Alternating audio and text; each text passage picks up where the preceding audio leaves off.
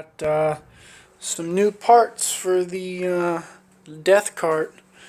Right now I'm looking at some bad crankcase gaskets, because you can see where the oil has leaked and washed all the grime off the side of the motor and the frame. It's pissing oil bad. And on top of that, the original spark plug is shit. So I got me one of these real hot burning plugs.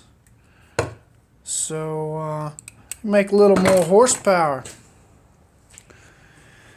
Yeah, I got a few modifications to do on it. I'm going to pull that engine off here shortly, and you guys will probably be able to see what the inside of a Greyhound 6.5 horsepower 212cc engine looks like.